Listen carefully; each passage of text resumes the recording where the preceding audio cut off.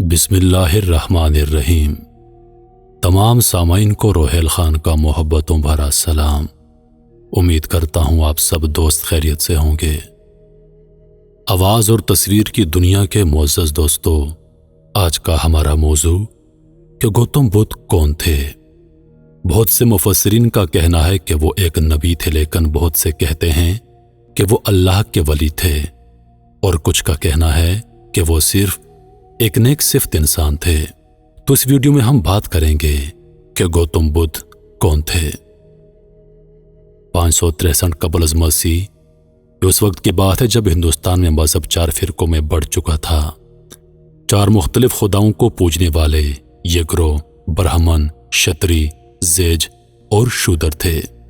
ان سب میں برہمنوں کو افضل مانا جاتا تھا اور معاشرے میں ان کا خاص راج تھا، جبکہ سب سے کمتر اور پسماندہ حالات شودروں کی تھی، جنہیں اچھوت بھی کہا جاتا ہے۔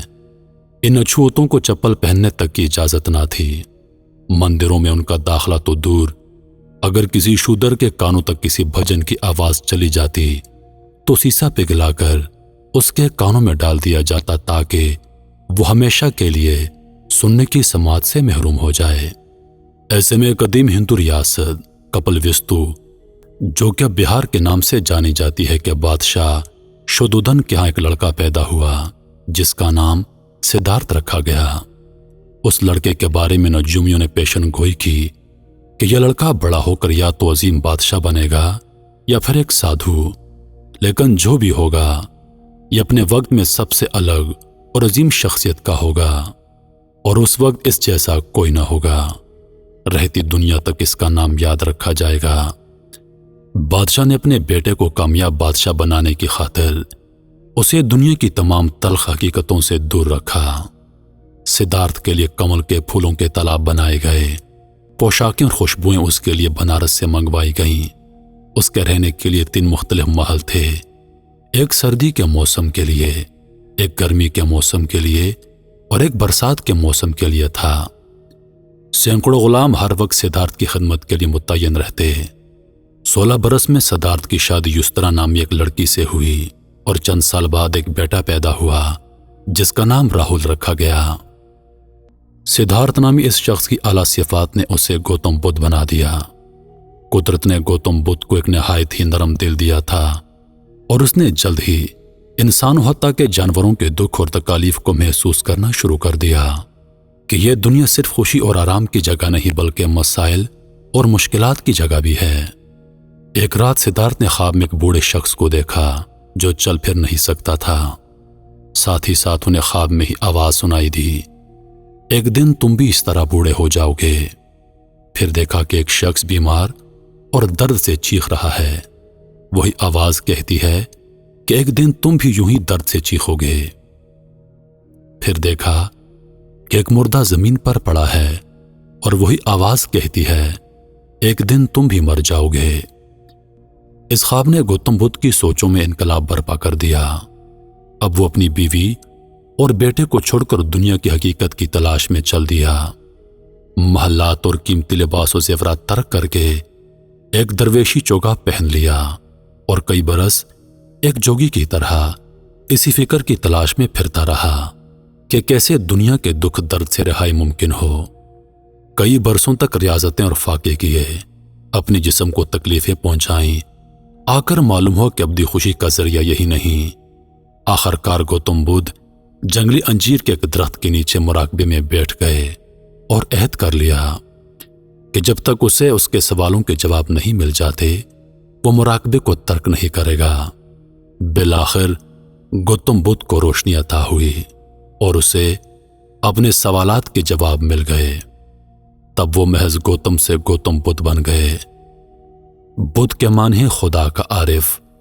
یہاں سے وہ نوع انسانی کے لیے توحید کا پیغام لے کر نکل کھڑے ہوئے، اور ہندوستان کے کئی شہروں میں جا کر وہاں کے ہندوؤں کو دیوی دیوتاؤں کی پوجا کرنے کے بجائے ایک خدا کی عبادت کرنے کا درس دیا۔ کئی شہروں میں حق کی دعوت کے بعد گوتم بدھ اپنے آبائی شہر کپل وستو پہنچے۔ جب آپ یہاں سے نکلے تھے تو ایک شہزادے تھے، لیکن اب یہاں دوبارہ واپس آئے تو آپ کی حالت ایک درویش کی طرح تھی۔ वहां आमद के बाद आपके वालिद यानी वहां के बादशाह, आपकी बीवी और दीगर राया ने आपसे दावत हक मिलने के बाद सभी आपके मुरीद हो गए और ये सब गौतम बुद्ध के मानने वाले बुद्धमत के पैरोकार कहलाने लगे। आमतौर पर यह समझा जाता है कि बुद्धमत खुदा के वजूद के हवाले से खामोश है, जबकि बुद्धमत की किताबों में खुदा का जिक्र वाज़े अल्फाज में मौजूद है, जबकि गौतम बुद्ध की तालीमात में हुजूर नबी करीम सल्लल्लाहु अलैहि वसल्लम के ज़हूर की निशानदही भी मिलती है। गौतम बुद्ध को गोस्पेल ऑफ बुद्धा भी कहते हैं कि मैं पहला बुद्धा नहीं हूं और ना आखिरी बुद्धा हूं। एक वक्त में एक और बुद्धा दुनिया में आएंगे। वो पाक होंगे, ज्यादा रोशन और पुरनूर होंगे और मतरिया होंगे। मतरिया के मानी है रहमत के, और बकौल गौतम बुद्ध वो मतरिया आखिरी बुद्धा यानी आखिरी रसूल होंगे। इब्तदा में गौतम बुद्ध की तालीमात खालिसतन तौहीद पर कायम थीं, जिसमें मुआशरे के हर तबके को बराबरी का दर्जा हासिल था। उनके नज़दीक अछूत का कोई नजरिया न था। इसी बिना पर गौतम बुद्ध की तालीमात ने हिंदुस्तान में बहुत ज्यादा तरक्की की और यहां से निकलकर नेपाल, चीन, जापान, बुर्मा और थाईलैंड तक पहुंच गईं। लेकिन हिंदुओं ने उनकी तालीमात को जिंदा व जावेद ना रहने दिया।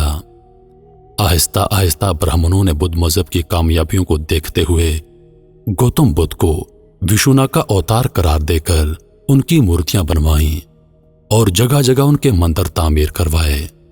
इस तरह बुद्धमत की तौहीदी तालीमात गलत कर दी गईं। बुद्धमत के जवाल का दूसरा सबब उसमें पैदा होने वाली फिरका बंदी थी। इब्तदा में सिर्फ दो फिरके थे, एक महानी फिरका, दूसरा हनैना फिरका, जिनके आगे चलकर ये फिरके मजीद फिरकों में तकसीम होते चले गए। उनके अकायद एक दूसरे से बिल्कुल जुदा हैं और मुख्तलिफ मुल्कों में मुख्तलिफ फिरके पाए जाते हैं। अब आते हैं इस बात की तरफ कि क्या गौतम बुद्ध एक नबी थे? कुरान पाक में अल्लाह ताला इरशाद फरमाते हैं, हर कौम के लिए रसूल हैं, हर कौम के लिए हमने रसूल भेजा, कोई कौम ऐसी नहीं जिसमें इंतबा करने वाला ना आया हो। पैगंबरान अलैहिस्सलाम के साथ जुल्कफल नामी एक हस्ती का तज़किरा 2 मरतबा कुरान पाक में बयान हुआ है। मुहद्दिसीन और मुफस्सिरीन कहते हैं कि जुल्कफल खुदा के बरगुज़ीदा नबी और पैगंबर थे और किसी कौम की हदायत और रहनुमाई के लिए माबूस हुए थे। इस बारे में हिफ्ज़ुर रहमान सियोहरवी क़िससुल कुरान में तहरीर फरमाते हैं कि बाद मुफस्सिरीन का ख्याल है कि जुल्कफल गौतम बुद्ध का लक़ब है, इसलिए कि उनकी सल्तनत का नाम कपल था, जिसका अरबी तलफ़्फ़ुज़ कफल होगा और अरबी में लफ्ज़ साहब और मालिक के लिए इस्तेमाल होता है। इसलिए यहाँ कपल के मालिक और बादशाह के लिए जुल्कफल कहा गया है। मुआसिरीन का यह भी दावा है कि गौतम बुद्ध की असली तालीम तौहीद और हकीकी इस्लाम की तालीम थी और उसकी मौजूदा शक्ल सूरत दूसरे अदयान व मज़ाहिब की तरह मसख और मुहर्रफ शुदा है।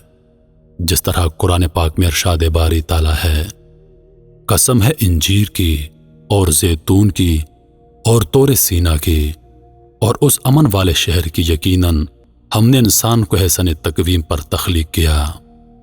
मारूफ इस्लामी मुहक्किक डॉक्टर हमीदुल्लाह इस आयत की तशरीह में लिखते हैं, अक्सर मुफस्सिरीन इस बात पर मुत्तफिक हैं कि इस आयत मुबारका में शहर से मुराद मक्का, कोह सीना से मुराद हज़रत मूसा अलैहिस्सलाम से मंसूब सीनाई पहाड़ और जैतून से हज़रत ईसा अलैहिस्सलाम के जबल जैतून की तरफ इशारा है। जहां तक इंजीर का ताल्लुक है, इसका इशारा जंगली इंजीर की दरख्त की तरफ है, जहां गौतम बुद्ध इबादत किया करता था। इसके अलावा कई दीगर इस्लामी स्कॉलर्स ने गौतम बुद्ध के हवाले से अपनी राय का इजहार किया है, जिनको एक वीडियो में शामिल करना नामुमकिन है, लेकिन उन सब की आरा में तजाद मौजूद है। लेकिन उनमें से बाज़ ने कुरान और हदीस से इसको वाज़े करने की कोशिश की है, जिसमें से चंद का हमने पहले तज़किरा कर दिया है। गौतम बुद्ध पैगंबर थे या नहीं, यह अल्लाह पाक बेहतर जानते हैं, मगर यह बात हकीकत है कि उन्होंने अपनी शाहाना जिंदगी तर्क करके कमज़ोरों और मज़लूमों के हकूक़ के लिए आवाज़ बुलंद की और उन्हें पैगाम हक पहुंचाया। बुद्धमत की इब्तदा आज से तकरीबन 2500 साल कबल हुई थी और इस वक्त बुद्धमत के तकरीबन 400 मिलियन पैरोकार मौजूद हैं या शायद इससे भी ज्यादा हों। बुद्ध मत एक बहुत बड़ा मजहब है